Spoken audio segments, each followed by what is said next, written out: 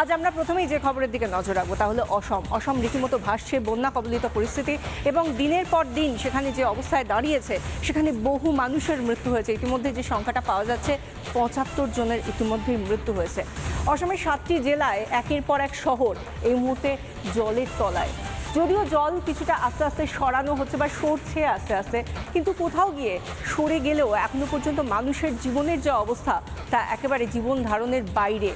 বিভিন্ন জায়গায় দেখা যাচ্ছে যতটুকু যা এখনো পর্যন্ত যা বাড়িঘরদোর যতটুকু মাথাচাড়া দিয়েছে সেই মাথাচাড়া দেওয়া বাড়ির মধ্যে অন্তত মানুষের বসবাস সম্ভব নয়। এই যে ছবিটা দেখতে পাচ্ছেন সেই ছবিটা আমরা দেখাচ্ছি জলের তোড়ে কিভাবে বাড়ি ভেঙে পড়ছে। একটা এত বড় বাড়ি সেটা মুহূর্তের মধ্যে ভেসে গেল, ভেঙে পড়লো এবং তারপর ভেসে গেল। এরকম একটা ছবি, এরকমই একটার পর একটা ছবি গোটা ৭টা জেলায়, এতগুলো শহর, বিশেষ করে আমরা যদি শিবসাগর, চড়াইদেও, গোলাঘাট, জোরহাট, নওগাঁও, শোনিতপুর বা কামরূপ শহরের দিকে তাকাই এবং এরকমই ৩০টা গ্রামও রয়েছে ৭ জেলায় যেগুলো এই মুহূর্তে একেবারে ভেসে গিয়েছে কার্যত। গবাদি পশু থেকে শুরু করে গৃহপালিত পশু এমনকি মানুষ, তাদের মৃতদেহ সেগুলো পর্যন্ত ভাসছে। এই যে ভেসে গিয়ে আমরা যে ছবিটা দেখাচ্ছি, ভেসে যাচ্ছে বাড়ি ঘরদোর, সব বাড়ি ভেঙে পড়ছে এবং তারপর সেগুলো একেবারে খড়কুটোর মতো ভেসে যাচ্ছে। এটা কোনো খেলনা বাড়ি নয়, এটা আমার আপনার থাকার জন্য একটা আশ্রয়। সেই আশ্রয়গুলো যারা এখনো পর্যন্ত বাঁচাতে হয়তো পেরেছে, যাদের হয়তো একতলার বেশি উঁচু বাড়ি ছিল, তারা হয়তো কেউ ঘর বাড়িগুলো বাঁচাতে পেরেছেন, কিন্তু সেই ঘরগুলো আর থাকার মতো অবস্থায় নেই। সেখানে একতলা সমান জল রয়েছে, একতলা সমান জল রয়েছে। আর এরই মধ্যে যে চেষ্টা করা হচ্ছে তা হলো এর মধ্যে থেকে কত বেশি সংখ্যক মানুষকে উদ্ধার করা যায় সেই চেষ্টাই করা হচ্ছে। সেই চেষ্টা আমরা দেখেছি যে এনডিআরএফের তরফ থেকে করা হচ্ছে, সেই চেষ্টা সেনার তরফ থেকে করা হচ্ছে এবং তারা প্রাণপণ চেষ্টা করছেন যত সংখ্যক বেশি মানুষকে, এবং যেভাবে তাদেরকে নিয়ে যাওয়া হচ্ছে সেই ছবিগুলো দেখলে আমার আপনার চোখ ভিজে যাওয়া খুব স্বাভাবিক। তাদেরকে কোনো রকমে কাঁধে করে নিয়ে যাওয়া হচ্ছে, কাউকে মাথায় করে নিয়ে যাওয়া হচ্ছে, এমনকি গৃহপালিত পশু সেগুলোকেও আমরা দেখছি মাথায় করে নিয়ে যাওয়া হচ্ছে। কারণ এই মুহূর্তে দাঁড়িয়ে মানুষ, প্রাণী, গৃহপালিত পশু কারোর জীবনই আর আলাদা নয়। এই যে দেখতে পাচ্ছেন ছবিটা, মানুষও যাচ্ছে, একটা কুকুরকেও মাথায় করে নিয়ে যাওয়া হচ্ছে। এভাবে বাঁচানোর চেষ্টা করা হচ্ছে, প্রাণ বাঁচানোর চেষ্টা করা হচ্ছে, আর সেই চেষ্টা করছে সেনা। এই ছবি যেখানে যারা স্থানীয়রা রয়েছেন, স্থানীয় কিছু যুবক, তারাও এই উদ্ধার কাজে হাত লাগিয়েছেন এবং একজন বৃদ্ধ, সেই সঙ্গে গৃহপালিত পশু, তাদেরকে নিয়ে যাওয়া হচ্ছে। আর এই যে দেখতে পাচ্ছেন এনডিআরএফের তরফ থেকে, এনডিআরএফের চেষ্টায় যারা এনডিআরএফ, এসডিআরএফ, তাদের চেষ্টায় যারা সাধারণ মানুষ, মহিলা, শিশু, তাদেরকে নিয়ে যাওয়ার চেষ্টা করা হচ্ছে। একটু যদি ভালো কোনো উঁচু জায়গায় নিয়ে যাওয়া যায় সেই জায়গাগুলোয় তাদেরকে নিয়ে যাওয়া যাচ্ছে, কারণ তাদের তো ঘরবাড়ি সব ভেসে গিয়েছে, থাকার মতো আর কোনো অবস্থা নেই। এমনকি মানুষকে দড়ি ধরে কোনো রকমভাবে তাদের এই জল থেকে বাঁচানোর চেষ্টা করা হচ্ছে। দড়ি ধরে তাদের আস্তে আস্তে একটু নিরাপদ জায়গায় যদি নিয়ে যাওয়া যায় সেই চেষ্টা করা হচ্ছে। এমনকি এরকম ছবিও দেখা গিয়েছে কোথাও রাস্তা আর জল বা কোনো হয়তো পুকুর ছিল, নদী রয়েছে, সেগুলো সব এক হয়ে গিয়েছে। তার মধ্যে থেকে রাস্তার যে উঁচু অংশটা, সেই উঁচু অংশেও মানুষ একটু বাঁচার জন্য চেষ্টা করছেন।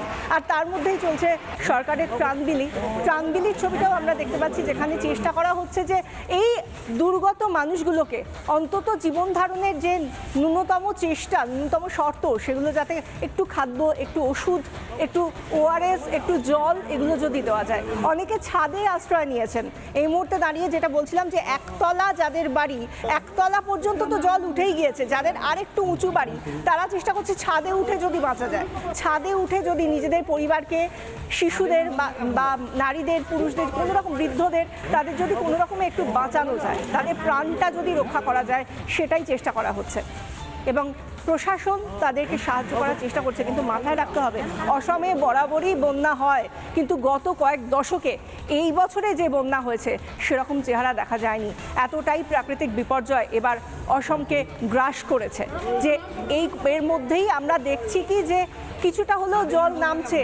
এটা অন্তত আবহাওয়া দফতরের তরফ থেকে বলা হচ্ছে, যেহেতু নতুন করে আর নিম্নচাপের জায়গা নেই, কিন্তু যেভাবে জল নামছে বলা হচ্ছে, কিন্তু জলটা নামলেই বা কি, সেখানে তো রীতিমতো ধ্বংসস্তূপ। যত জল নামছে, জল সরছে, নিচ থেকে শুধুমাত্র ধ্বংসস্তূপ দেখা যাচ্ছে। এই জায়গা থেকে আমরা দেখছি যে কিভাবে কিভাবে আমরা আমরা দেখতে পাচ্ছি যে কিভাবে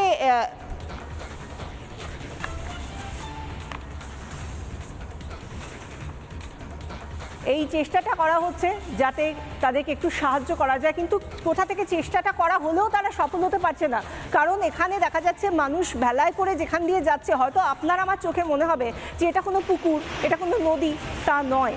এখান থেকে রাস্তা রয়েছে, বাড়ির সংলগ্ন রাস্তা, এখান দিয়ে মানুষ হেঁটে যায়, কিন্তু এখন হাঁটার মতো অবস্থাও নেই, এখন কোনো রকমভাবে যাওয়ার অবস্থা নেই, ভেলায় চড়ে কোনো রকমভাবে প্রাণ বাঁচানোর চেষ্টা।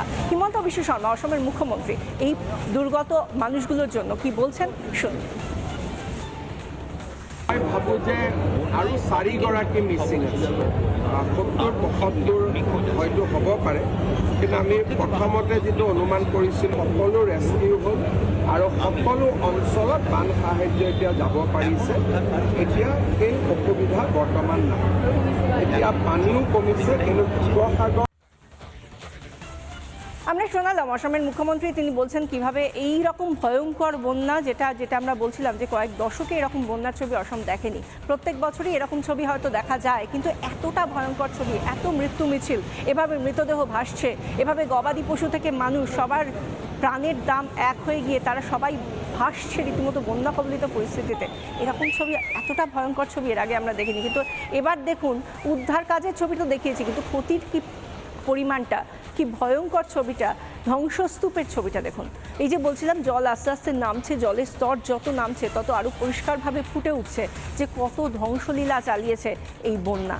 7টা জেলায় এতগুলো শহর, 30টার মতো গ্রাম সব ভেসে গিয়েছে, এবং সেখানে কিভাবে ধ্বংসস্তূপের আড়ালে কাদায় ভরে গিয়েছে সমস্ত বাড়িগুলো। এই বাড়ির ভিতরে যদি কেউ আসে, সেখানে তার থাকার পক্ষে সম্ভব নয়, থাকা সম্ভব হবে না, এবং তার মধ্যেই কাদায় গাড়ি আটকে যাচ্ছে। গাড়ি নিয়ে যে যাবে, সেইভাবে উদ্ধার করতে গিয়েও যারা উদ্ধারকারী দল গাড়ি করে যেতে চাইছে, সেটাও সম্ভব নয়। সেই জায়গায় তাদেরকে একেবারে পায়ে হেঁটে যেতে হচ্ছে। আর চারিদিকে শুধু বন্যার ক্ষতির চিহ্ন রয়েছে, এদিকে ওদিকে যে যত দিক নজর যায়, হয় জল রয়েছে, নয় জল সরে গিয়ে সেখানকার ভয়ঙ্কর কাদা মাখা একটা ছবি দেখা যাচ্ছে। এবং সেই কাদাটা আপনার আমার রাস্তায় যেরকম ভয়ঙ্করভাবে দেখে থাকি, বর্ষার কাদা ঠিক সেরকম নয়, তার থেকে অনেক বেশি। আর তার পাশাপাশি আমরা যে জায়গাগুলোয় সব থেকে বেশি ক্ষতি হয়েছে, যে জায়গাগুলোয় সব থেকে বেশি ক্ষতি হয়েছে, সেগুলো এক নজরে দেখাবো, এবং তার পরিসংখ্যানটাই বা কি দেখাবো গ্রাফিক্যালি। দেখুন একবার, আরও ভালো করে বুঝতে পারবেন যে কী পরিস্থিতি হয়েছে সেখানে। অসমের ক্ষতিগ্রস্ত 7 জেলায় যে ছবিটা দেখা যাচ্ছে, 3,32,000 মানুষ ইতিমধ্যেই ক্ষতিগ্রস্ত বলে জানা যাচ্ছে। চড়াইদেওতে 1,42,000 মানুষ ক্ষতিগ্রস্ত বন্যায়। শিবসাগরে প্রায় 1 লক্ষ মানুষ ক্ষতিগ্রস্ত হয়েছে এই ভয়ঙ্কর বন্যায়। জোরহাটে 57,000 সংখ্যাটা। এবং এই অবস্থায় যখন বন্যার তাণ্ডব দেখা যাচ্ছে, সেখানে শিবসাগর, চড়াইদেও, একটার পর একটা জায়গার ছবি বললাম, এবং জোরহাট, নওগাঁও, এই জায়গাগুলোতে সব থেকে বেশি করে ক্ষতিগ্রস্ত অবস্থা। এবং বাড়িগুলোর অবস্থা দেখুন, এই বাড়িগুলো এখন আমরা দেখতে পাচ্ছি যেভাবে, সেটা কিন্তু আগের ছবি নয়। এই যে বন্যার যে পরিস্থিতি, তাতে কাদা, তাতে এই ভয়ঙ্কর পরিস্থিতি, সেই পরিস্থিতির মধ্যে থেকে কোনো রকমভাবে এখন যারা এই বাড়িগুলোতে ফিরবেন, তারা ফিরে কিভাবে আবার নতুন করে জীবন শুরু করবেন, হয়তো শুধু মাথার ছাদটুকু বাঁচাতে পেরেছেন, কিন্তু আদতে সেই বাড়িগুলো তো আর থাকার যোগ্য নেই, বসবাসের যোগ্য নেই। সেখান থেকে কিভাবে তারা আবার নিজেদের জীবন শুরু করবেন, সেটাই এখন বড় চ্যালেঞ্জ। নানা ধরনের কন্টেন্ট দেখার জন্য লাইক করুন, শেয়ার করুন আমাদের ফেসবুক পেজ, সাবস্ক্রাইব করুন আমাদের ইউটিউব চ্যানেল। পাশাপাশি অন্যান্য ব্রেকিং নিউজের জন্য অবশ্যই চোখ রাখুন রিপাবলিক বাংলায়।